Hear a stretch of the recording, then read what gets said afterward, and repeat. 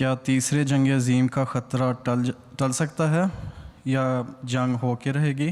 اور بظاہر تو یہی لگتا ہے کہ ہو کے رہے گی، ٹلنے کی کوئی صورت نہیں۔ کیا لوگ اللہ تعالیٰ کی طرف لوگوں کی طرف رغبت زیادہ پیدا ہو رہی ہے یا کم ہو رہی ہے؟ کم ہو رہی ہے۔ جی،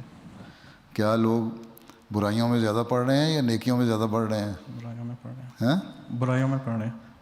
یہاں کا جو survey, come is come you کے کا سروے تو میں بتا دیتا ہوں، انہوں نے یو کے سروے علاوہ اس کے کہ خدا تعالیٰ کی طرف جھکتے ہیں اور خدا تعالیٰ کا حق ادا کرتے ہیں یا نہیں، ایک انسان کا جو حق ہے، بندوں کے حقوق ہیں، ان میں بھی انہوں نے سروے کیا کہ چیریٹی جو ہے، دینے والے، غریبوں کی مدد کرنے والے، ان کا خیال رکھنے والے کون لوگ زیادہ ہیں۔ تو سروے سے یہ بات ثابت آئی کہ جو لوگ مذہب کو ماننے والے ہیں نا، جو خدا پہ یقین رکھنے والے ہیں، وہ زیادہ چیریٹی کرتے ہیں، اور جو خدا پہ یقین نہیں رکھتے وہ بالکل چیریٹی نہیں کرتے، ٹھیک ہے، یا بہت کم، معمولی۔ اور مذہب میں یقین رکھنے والوں میں بھی جو مسلمان ہیں وہ نسبتاً زیادہ بہتر ہیں۔ مسلمان ٹھیک ہے بہت سارے شرکوں میں مبتلا ہو گئے، غلط باتوں میں مبتلا ہو گئے، ہمارے خلاف بھی ہیں، لیکن پھر بھی بعض لوگ تو جہالت کی وجہ سے، مولوی کے کہنے کی وجہ سے، خود علم نہیں ہے اس لیے ہماری مخالفت کرتے ہیں، لیکن خدا کو، رسول کو مانتے ہیں، اس لیے خوف بھی ہے ان کے دلوں میں۔ تو کچھ نہ کچھ یہ جو ظاہری دنیاوی معیار ہے کسی چیز کو معیار کرنے کا کہ خدا کا خوف ہے کہ نہیں، وہ اس سے بھی ظاہر ہوتا ہے کہ ان کا اپنا سروے یہ بتاتا ہے کہ چیریٹی کرنے والے وہ لوگ زیادہ ہیں جو خدا پہ یقین رکھتے ہیں۔ تو اس کا مطلب یہ ہے کہ اللہ تعالیٰ کو بھول رہے ہیں، اللہ تعالیٰ کے حقوق بھی نہیں ادا کر رہے، پھر بندوں کے حقوق بھی نہیں ادا کر رہے،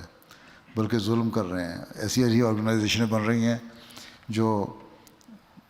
انسانوں کو انسانوں سے لڑانے کی طرف کوشش کر رہی ہیں، ہتھیار پیدا ہو رہے ہیں، ہتھیار پیدا کرنے کی فیکٹریاں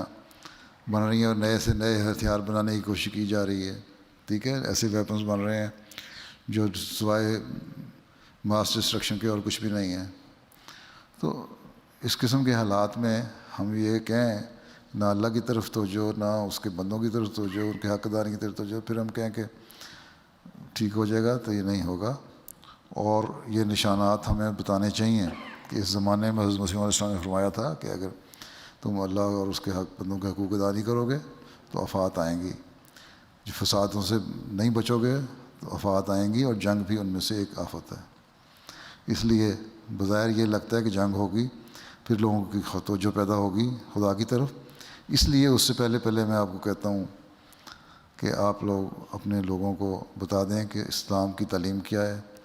اور سچا مذہب کیا ہے، تاکہ جب ایسے حالات ہوں اس کے بعد جو لوگ بچیں ان کو نظر آئے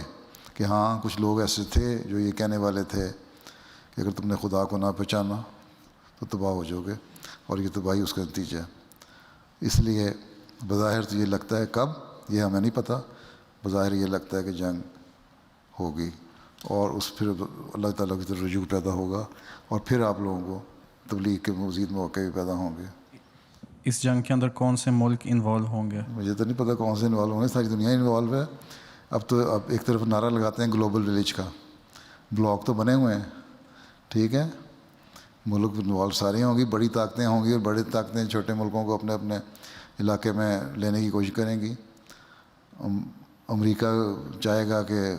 اس کا چین میں بھی رسوخ ہو اور وہاں بھی ان کو اس علاقے میں بھی ہو، اس لیے وہاں بھی بلاک بنائے گا، وہ انڈیا کے ساتھ کسی کے ساتھ اتحاد کرے، مڈل ایسٹ میں کرے، افریقہ میں کرے، تو تقریباً ساری دنیا انوالو ہو جائے گی، چند ایک ملک شاید بچ جائیں۔ سیکنڈ ورلڈ وار میں تو بہت کم لوگ انوالو تھے، اب نیوزی لینڈ وغیرہ بالکل ایک کونے میں لگے ہوئے ہیں، لیکن ان کے بھی فوجی انوالو تھے، اور اب تو بالکل ہی کٹھی ہو چکے ہیں ملک دنیا کے، اور بلاک جب بنیں گے تو اس سے زیادہ خطرناک بنیں گے۔ اس لیے عمومی طور پہ سب بڑی طاقتیں اپنے اپنے بلاک بنائیں گی اور انوالو کریں گی، چھوٹی طاقتوں کو اپنے ساتھ ملائیں گی۔